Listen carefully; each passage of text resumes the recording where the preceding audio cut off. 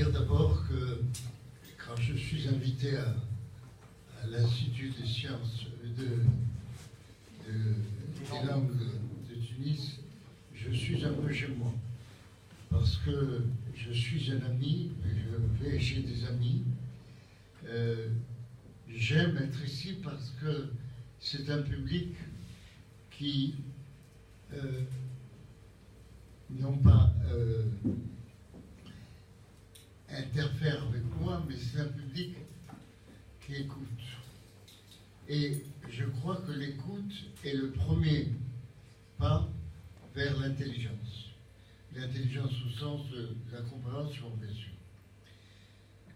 Donc, je vous remercie de m'avoir invité parce que toute occasion d'exprimer une démarche, de raconter une démarche, de populariser une démarche, c'est peut-être, on ne sait jamais, de faire des émules, de pousser les gens à eux aussi rentrer dans ce tourbillon qu'est la réflexion incessante sur ce que nous vivons, sur le pourquoi nous le vivons et comment nous le vivons. Je ne veux pas revenir sur les petites erreurs de biographie. De toute façon, je suis moins intéressé par le passé que par l'avenir. J'aurais simplement aimé, Salah, que tu expliques que mon retour en Tunisie à la fin de mes études a d'abord été marqué par une énorme frustration. J'étais venu pour apporter le peu de connaissances que j'avais pu avoir au cours de mes études et parallèlement à mes études, de mes activités ailleurs qu'ici. Et je me suis trouvé en train d'exécuter une politique qui était le prolongement de la politique coloniale et qui était dirigée par des colons. Ce choc, j'ai essayé, comme certains de mes camarades, de lutter contre.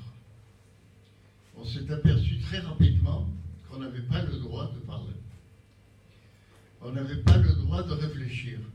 On nous a envoyé apprendre à réfléchir, et quand on vient pour appliquer ce que nous savons, on nous dit non, non, non, retournez à votre cage et cessez d'aboyer. Bon, on a cessé d'aboyer,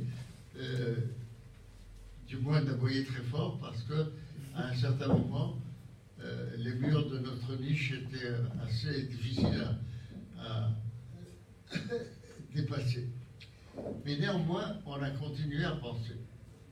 On a continué à penser et là, on a démontré que la pensée est plus forte que n'importe quel mot. On peut vous enlever tout. On peut vous enterrer vivant. On ne peut pas vous empêcher de penser. Et tant qu'on pense, on est vivant. Et tant qu'on pense, on a des projets. Tant qu'on pense, on réfléchit. Et on a un avenir. Donc, après cette digression sur le passé, je voudrais vous présenter ce livre qui, en réalité, n'aurait pas dû être présenté dans une section telle que ce département, puisque je vois plutôt une réflexion sur mon écriture qui aurait sa place. Mais, comme dit Salah, c'est le dernier né de mes ouvrages, donc j'en parle. Alors d'abord, je dois m'excuser de l'aspect un peu personnel et peut-être tourné autour de moi de cette démarche. Je publie des textes dont certains datent de 78, d'une époque où j'étais en prison au moment où on tuait les Tunisiens dans les rues de Tunis. Et le texte que j'ai fait à cette époque-là n'était pas un texte sur le type de balle qui était employé ou les modes de torture que la police a utilisés contre les syndicalistes. Le texte consistait essentiellement à me poser la question, encore des questions, sur ce que représentait le mouvement du 26 janvier et ce qu'avait été l'UGTT dans l'histoire de la Tunisie et ce qu'elle risquait d'être après.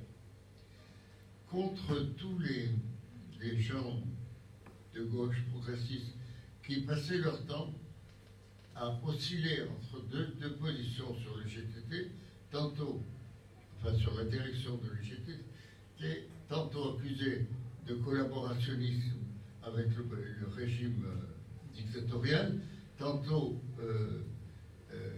traité comme le modèle de lutte révolutionnaire.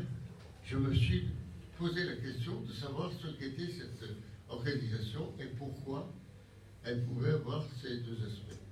Je pense que cette analyse, qui date un peu maintenant, est toujours valable. Qu'aujourd'hui encore, le GTT reste un appareil bureaucratique qui est attaché à l'existence d'une classe ouvrière et de travailleurs qui se battent pour leurs revendications et qui en même temps est capable de collaborer avec le gouvernement pour empêcher les travailleurs de revendiquer. Cette attitude double de l'UGTT, son attachement à son existence, quitte à ce qu'elle entraîne les pires risques pour elle-même, pour ses membres, en même temps que son désir de collaborer à la gestion de la société, sont toujours vivants aujourd'hui, et nous avons affaire à une UGTT qui oscille entre le rôle de conseiller du gouvernement et de principal opposant. Bon. Ça prouve que la validité actuelle de cette analyse faite il y a 50 ans, à peu près, enfin 50 ou 40, je sais pas, 40 ans, montre que la réflexion est utile, est fructueuse, et montre que quand on a réfléchi à un certain nombre de problèmes, mettre sa réflexion, c'est les idées qu'on a eues, la manière dont on a présenté les choses, dont on a compris les choses, à la disposition des autres, peut être utile surtout pour essayer de raviver cette tendance qui a complètement disparu, rassurez-vous, pas seulement en Tunisie, mais dans le monde entier, qui consiste à interroger les événements et à ne pas se laisser entraîner par les émotions de tel ou tel moment. En prenant une comparaison un peu maritime, je dirais que nous sommes, l'humanité tout entière, mais plus particulièrement les Tunisiens, comme